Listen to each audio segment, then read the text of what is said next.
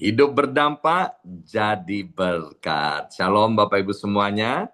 Ya, senang sekali hari ini hari Minggu tanggal 16 Agustus 2026 kita boleh bersama-sama dalam ibadah secara online dari gereja BMC New York ya. Senang sekali boleh melihat Bapak Ibu dalam keadaan sehat, dalam keadaan haus dan lapar akan Tuhan. Tetap beribadah ya.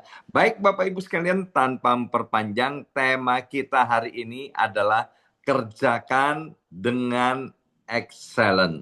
Bersama saya ucapkan kerjakan dengan excellent, 2, 3, kerjakan dengan excellent. Artinya jangan hanya asal mengerjakan atau menyelesaikan pekerjaan dengan asal-asalan, tapi kerjakan segala sesuatunya dengan excellent. Mari kita baca ayat emas kita untuk bulan Agustus ini dari kitab Kolose pasal yang ketiga ayat 23 sampai dengan ayat 24. Kolose pasal 3 ayat 23 sampai 24. Dikatakan apapun juga yang kamu perbuat, perbuatlah dengan segenap hatimu, seperti untuk Tuhan dan bukan untuk manusia. Ayat 24, kamu tahu bahwa dari Tuhanlah kamu akan menerima warisan yang menjadi upahmu. Kristus adalah Tuhan dan kamu hambanya. Bapak Ibu sekalian, coba tangannya begini dulu ya. Sebelum kita lanjutkan, kita akan baca bersama-sama ayat ini dan kemudian nanti ada kata kamu itu diganti dengan saya ya. Jadi nanti ketemu kata kamu diganti dengan saya. Yuk kita baca sama-sama. 2, 3. Apapun juga yang saya perbuat. Ya, tangannya ditepukkan ke dada ya. Ayo diulangi lagi 2, 3. Apapun juga yang saya perbuat, perbuatlah dengan segenap hati saya. Seperti untuk Tuhan, bukan untuk manusia. Selanjutnya, saya tahu bahwa dari Tuhanlah saya akan menerima warisan yang menjadi upah saya. Kristus adalah Tuhan dan saya hambanya. Ya, perhatikan ayat ini Bapak Ibu sekalian ya. Dalam hubungan itu kalau kita melihat salib itu hubungan ke atas dan hubungan ke samping, hubungan dengan Tuhan dan hubungan dengan sesama. Selama kita masih ada di dunia ini, kita akan tetap berhubungan dengan Tuhan dan berhubungan dengan sesama. Dimanapun kita tinggal dan kita berada. Perhatikan ayat ini. Apapun juga yang kamu perbuat, perbuatlah dengan segenap hatimu seperti untuk Tuhan dan bukan untuk manusia. Dengan kata lain, ayat ini mau bilang gini, apapun juga yang kamu perbuat sebagai seorang suami, perbuatlah dengan segenap hatimu seperti untuk Tuhan, bukan untuk manusia. Apapun juga yang kamu perbuat sebagai seorang istri, perbuatlah dengan segenap hatimu seperti untuk Tuhan dan bukan untuk manusia. Dan seterusnya, dan seterusnya. Bisa dibilang begini, apapun juga yang kamu perbuat sebagai bos, apapun juga yang kamu perbuat sebagai majikan, apapun juga yang kamu perbuat sebagai atasan, apapun juga yang kamu perbuat sebagai manajer, perbuatlah dengan segenap hatimu seperti untuk Tuhan dan bukan untuk manusia. Apapun juga yang kamu perbuat sebagai seorang karyawan, sebagai seorang pegawai, sebagai seorang bawahan, apapun juga yang kamu perbuat sebagai seorang pendeta, apapun juga yang kamu perbuat sebagai pelayan Tuhan, apapun juga yang kamu perbuat sebagai hamba Tuhan, apapun juga yang kamu perbuat sebagai jemaat Tuhan, perbuatlah dengan segenap hatimu seperti untuk Tuhan dan bukan untuk manusia. Apapun juga yang kamu perbuat sebagai seorang pelajar, sebagai seorang murid, dan sebagai bla bla bla bla bla bla, perbuatlah dengan segenap hatimu seperti untuk Tuhan dan bukan untuk manusia. Jadi kalau ditanya, mengapa kita harus mengerjakan segala sesuatunya dengan excellent, bukan asal-asalan, ya ada 5 hal, nanti kalau waktunya nggak cukup ya saya sampaikan sampai secukupnya, dan nanti sore saya akan lanjutkan di ibadah onsite. Yang pertama, Bapak Ibu sekalian, karena mengerjakan segala sesuatu secara excellent itu adalah perintah Tuhan. Bersama saya ucapkan perintah Tuhan. 2, 3, perintah Tuhan. Ya, perhatikan tadi ada kata lah, perbuatlah ya. Perbuatlah itu adalah perintah Tuhan. Bayangkan kalau ada seorang raja atau seorang presiden kemudian dia memanggil seorang tukang kayu dan dia bilang, buatkan buat saya sebuah meja untuk kerja atau meja tulis, ya. Nah, tukang kayu itu tahu bahwa meja yang akan dibuat itu akan dipakai oleh seorang raja atau oleh seorang presiden. Pertanyaan, apakah tukang kayu ini akan mengerjakan secara asal-asalan? Ya, yang penting jadi, yang penting bisa dipakai, sedikit miring nggak apa-apa, sedikit kasar juga nggak apa-apa. Bagian bawah nggak mungkin dilihat, jadi nggak perlu terlalu digarap atau dirapikan, ya. Toh nggak kelihatan yang bagian bawah atau bagian dalamnya, ya. Tentu tidak, Bapak Ibu sekalian. Kalau tahu bahwa meja itu akan dipergunakan oleh seorang presiden atau raja, tukang kayu itu akan memilih kayu yang terbaik. Dia akan mengukurnya dengan teliti, dia akan memastikan bahwa setiap sambungan itu rapi, kuat, kokoh. Bahkan bagian yang tidak kelihatan tadi di bawah meja itu akan dikerjakannya juga dengan baik dan sehalus mungkin. Mengapa? Karena tukang kayu ini tahu ini bukan sembarang pekerjaan. Ini pekerjaan untuk presiden. Ini pekerjaan untuk raja. Nah, demikian juga dengan kita, Bapak Ibu sekalian. Kitab Kolose pasal 3 ayat 23 tadi berkata, apapun juga yang kamu perbuat, perbuatlah dengan segenap hatimu, seperti untuk Tuhan dan bukan untuk manusia. Kita tahu bahwa Tuhan kita adalah Raja di atas segala raja. Almighty God, Allah yang berdaulat, penguasa tunggal langit, bumi, sorga, dan segala isinya. Jadi ketika kita bekerja di dunia sekuler ini, maupun kita melayani di gereja, ya, mungkin di gereja kita membersihkan gereja, menyusun kursi, bermain musik, membuat konten, berkhotbah, dan lain sebagainya, dan lain sebagainya. Kita juga bekerja di kantor, bahkan mungkin di restoran, bahkan melakukan pekerjaan yang kelihatannya kecil, sepele, dan remeh-temeh, Bapak Ibu sekalian. Ingat, kita sedang mengerjakannya untuk raja di atas segala raja, ya.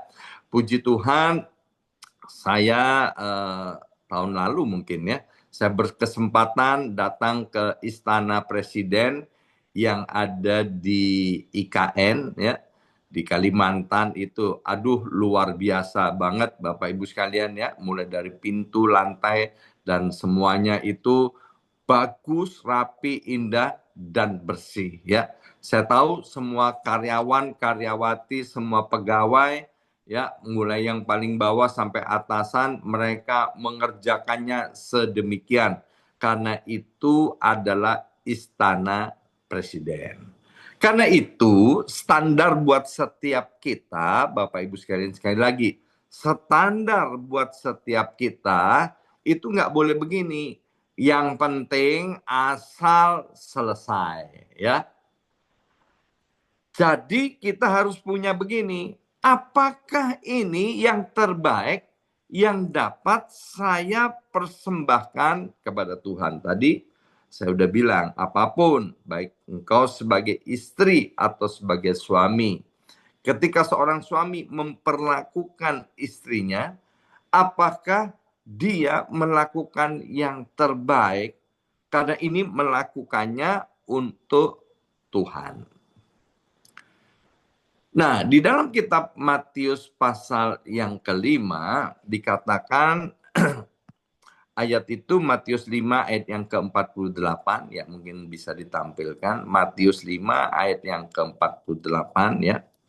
Karena itu haruslah kamu sempurna sama seperti Bapakmu yang di sorga sempurna.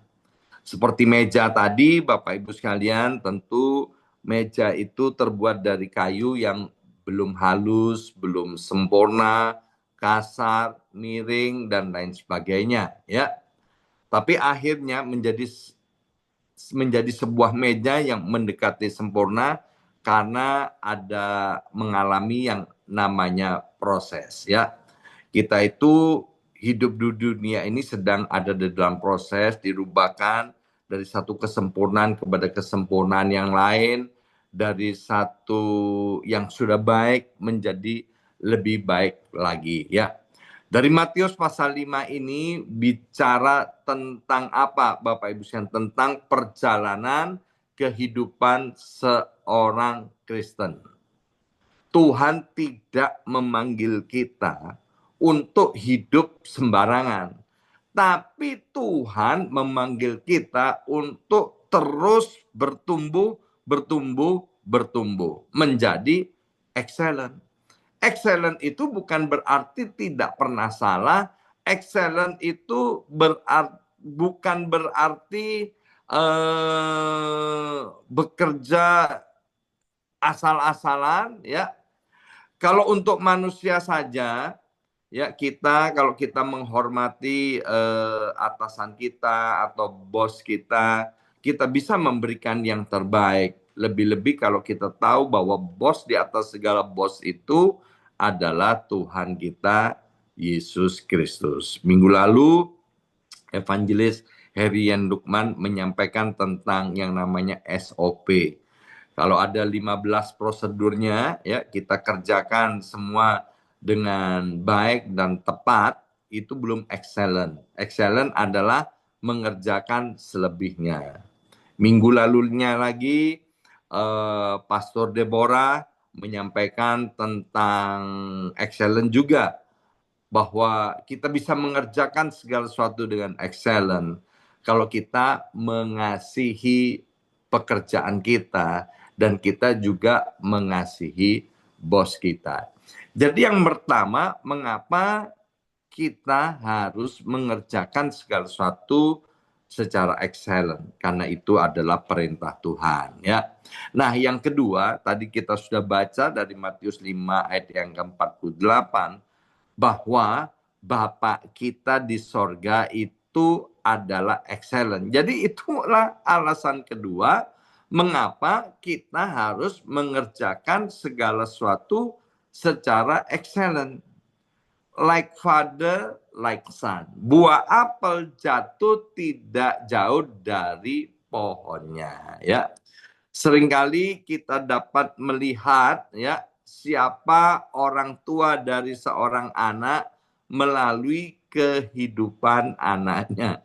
Maka itu kalau masih ingat di Indonesia ya, ketika seorang ayah atau seorang ibu marah kepada anaknya, nak, kamu ini anaknya siapa?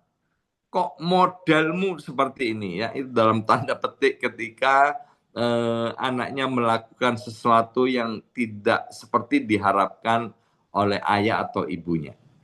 Seorang anak itu bisa memiliki cara bicara, kebiasaan, cara berjalan, bahkan cara berpikir yang mirip dengan ayahnya ya. Waktu saya kumpul dengan cucu dan anak saya ya, gaya cucu saya yang laki itu persis papanya ya. Dan papanya itu persis papanya lagi ya. Itu Bapak Ibu sekalian. Nah, demikian juga dengan kita. Kalau kita mengaku sebagai anak-anak Allah, seharusnya semakin hari ya, memang tidak sekaligus Bapak Ibu sekalian, dalam proses itu karakter kita semakin terlihat serupa dengan Bapak kita yang excellent. Bersama saya ucapkan Bapak kita excellent. 2, 3, Bapak kita excellent. Maka itu kita juga harus excellent. Ya, coba kita lihat ciptaan Tuhan. Ketika Tuhan menciptakan dunia, Tuhan tidak bekerja asal-asalan dan asal jadi. Tuhan menciptakan matanya manusia itu dengan luar biasa. Tuhan menciptakan jantung manusia itu juga luar biasa. Bayangkan ya, jantung sejak kita lahir itu terus berdenyut ya. Berapapun usia kita itu kerja terus yang namanya jantung. Itu merupakan salah satu karya Tuhan yang ajaib ya. Tuhan kemudian mengatur matahari, bulan, bintang, bumi, dan alam semesta ini dengan teratur. Ya, Kejadian pasal 1 bilang begini, maka Allah melihat segala yang dijadikannya itu sungguh amat baik. Jadi bukan sekedar baik, tetapi sungguh amat baik. Itulah pekerjaan yang dikerjakan oleh Bapa kita di sorga. Jadi excellent. Karena itu, kalau Bapak kita excellent, anak-anaknya jangan kemudian bekerjanya asal-asalan. Ya. Beberapa pengusaha itu kalau ngomong, wow, dia bilang gini ya, kalau bisa jangan cari pegawai orang Kristen. Kalau bisa jangan partneran sama orang Kristen. Orang Kristen itu ngeselin katanya. Omdo, pinter omong doang, tapi kerjaannya, ini orang Surabaya bilang nul putul. Ya, artinya kosong besar. Omdo, omong doang ya. Karena apa? Karena orang Kristen katanya banyak tahu ayat tapi tidak tahu cara melakukannya. Nah, ini nggak boleh terjadi ya. Dan saya percaya itu tidak ada di BMC ya.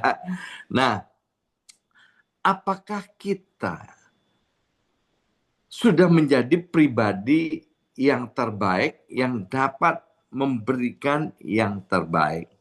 Saya masih ingat ketika di Indonesia saya membuatkan beberapa ke jemaat itu kartu nama ya untuk pekerjaannya ya. Dan kemudian saya tulis kecil di kartu nama itu, Bapak Ibu sekalian ya. Saya tulis gini, we are not the best but we can do our best ya. Saya bukan yang terbaik tapi saya bisa mengerjakan apa yang terbaik yang bisa saya kerjakan. Kemudian saya pesan kepada jemaat itu, ini ya artinya itu seperti ini. Jadi kalau kamu bekerja, kamu melayani, kamu mengerjakan sesuatu, kamu harus berikan yang terbaik. Alkitab bilang, kalau Tuhan ditinggikan dari atas muka bumi ini, maka akan menarik banyak orang datang kepada Kristus. Saya bilang, kalau kamu bisa bekerja secara excellent, maka yang dimuliakan nanti Bapa di sorga. Ya, minggu lalu sudah disinggung oleh Evangelis Herian Lukman. Ya, bukan supaya kita yang dipuji, tapi Tuhan yang dipuji. Kalau kemudian kita juga menerima pujian, itu namanya bonus. Tapi tujuannya kita mengerjakan segala sesuatu secara excellent, karena kita ini adalah anak daripada Bapa yang excellent itu, dan waktu kita mengerjakan segala sesuatu secara excellent, maka Bapa di sorga itu yang kemudian dipuji dan dimuliakan. Nah, yang ketiga, mengapa kita harus mengerjakan segala sesuatu secara excellent, yaitu karena Roh Kudus yang memampukan kita. Bersama saya ucapkan, Roh Kudus yang memampukan kita. 2, 3. Roh Kudus yang memampukan kita. 2000 tahun yang lalu, Bapak Ibu sekalian, ya, kita menerima dan mengalami yang namanya pencurahan daripada Roh Kudus. Roh Kudus itu sengaja dianugerahkan oleh sorga kepada setiap kita, sebab Bapa di sorga tahu kita itu banyak kekurangan dan kelemahan.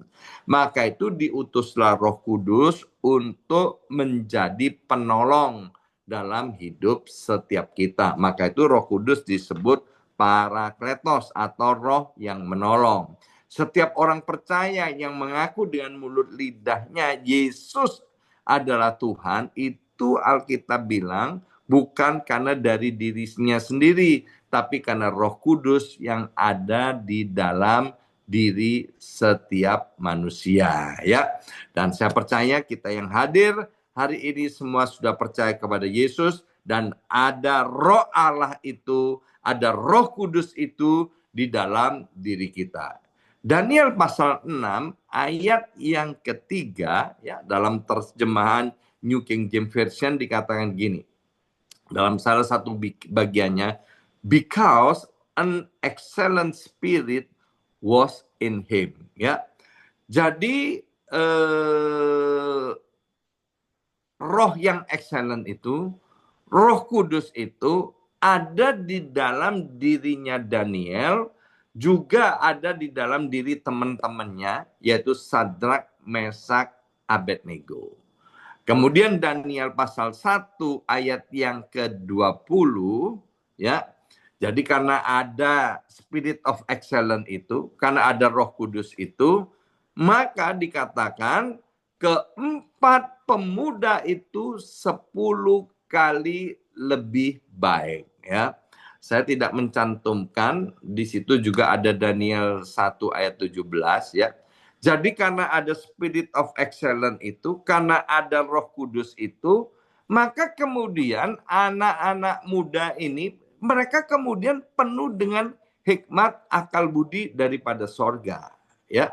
Jadi Roh Kudus mengerjakan bagian daripada Roh Kudus itu, memberikan hikmat, akal budi, dan kemampuan kepada 4 anak muda itu. Dan waktu anak muda itu mau mengerjakan, maka hasil kerjaannya itu 10 kali lebih baik. Ya, kita ada kepala, head, ada hati, heart, ada hand. Ya, kalau kepalanya penuh dengan hikmat, kemudian hatinya penuh dengan integritas, tapi kita nggak ngapa-ngapain, kita nggak bisa menghasilkan apa-apa. Jadi perlu kita bertindak. Waktu kita bertindak, maka apa yang kita kerjakan itu akan menjadi excellent. Orang yang pandai, yang cerdas, tapi kalau dia nggak penuh dengan Roh Kudus, hidupnya tidak berintegritas, maka apa yang dia kerjakan nanti hasilnya tidak akan menjadi berkat dan tidak memuliakan Tuhan. Jadi perlu sekali, ya, pandai itu perlu, dipenuhi Roh Kudus itu perlu, kemudian berkarya itu perlu, sehingga hasilnya menjadi 10 kali lipat. Nah, hasilnya menjadi unggul. Jadi sekarang bukan persoalannya kita bisa excellent atau tidak.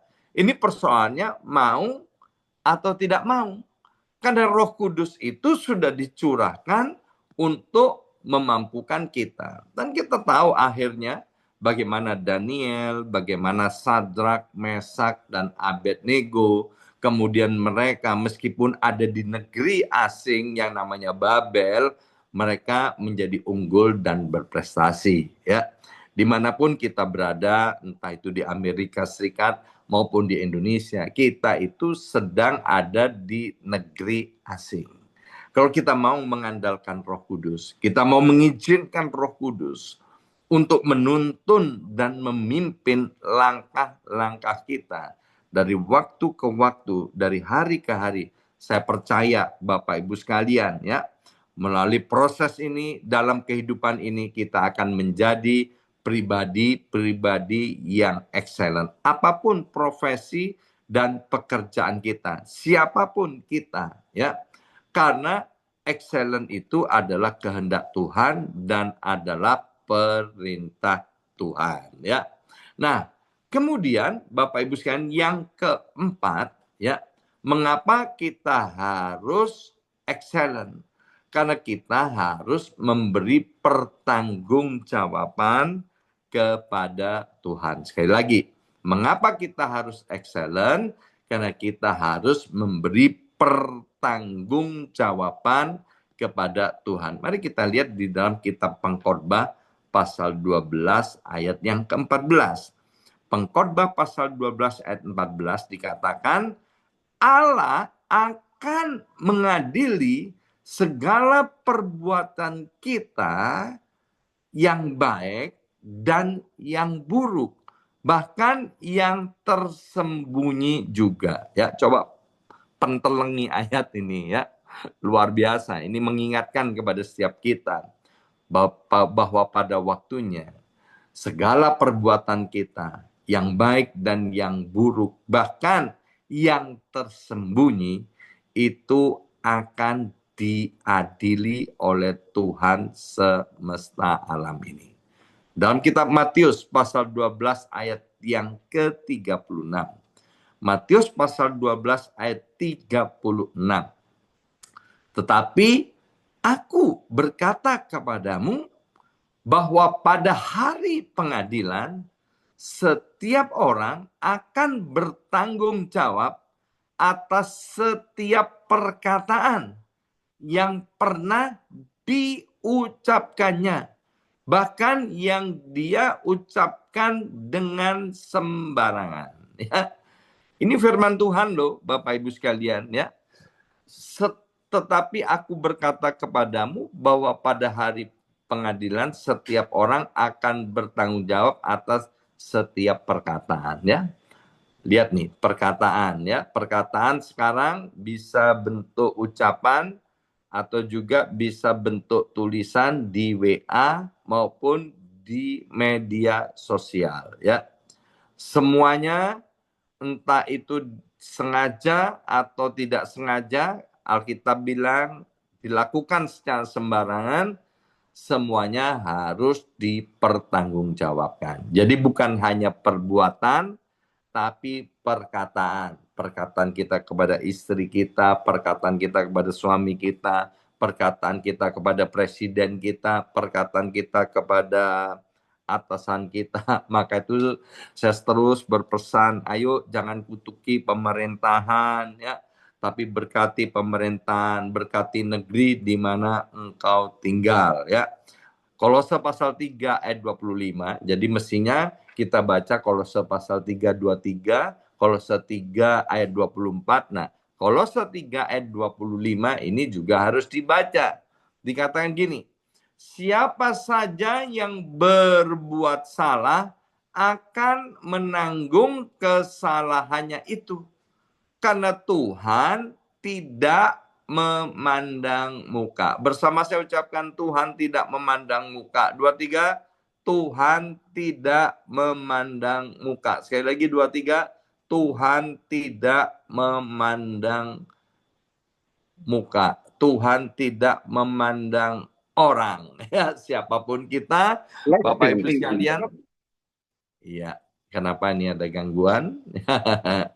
Ya, baik Bapak Ibu sekalian. Dan yang terakhir, yang kelima, nah ini yang cukup menyenangkan Bapak Ibu sekalian ya. Yang kelima, mengapa kita harus excellent? Karena ada upahnya dari Tuhan. Artinya, waktu kita melakukan segala sesuatu dengan excellent, itu ada upahnya.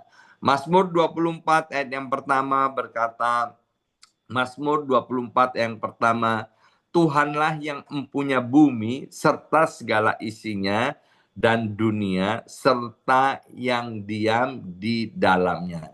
Jadi Bapak Ibu sekalian, ayat ini dengan jelas berkata bahwa Tuhan yang punya bumi dan segala isinya dan dunia serta yang diam di dalamnya. Ibrani pasal 6 ayat yang ke-10, Ibrani 6 ayat yang ke-10, sebab Allah bukan tidak adil sehingga ia lupa akan pekerjaanmu. Ya. Jadi Tuhan tidak pernah lupa dengan apa yang kita kerjakan, ya. Sehingga ia lupa akan pekerjaanmu dan kasihmu yang kamu tunjukkan terhadap namanya oleh pelayanan kamu. Jadi Bapak Ibu sekalian, kita itu melakukan segala sesuatunya secara excellent, bukan untuk manusia, tetapi untuk Tuhan semesta alam ini. Upah terbesar kita bukan datang dari manusia. Sekali lagi, upah terbesar kita bukan datang dari manusia. Upah kita datang dari Tuhan. Manusia mungkin lupa. Ya, atasan kita mungkin lupa. Partner kerja kita mungkin lupa.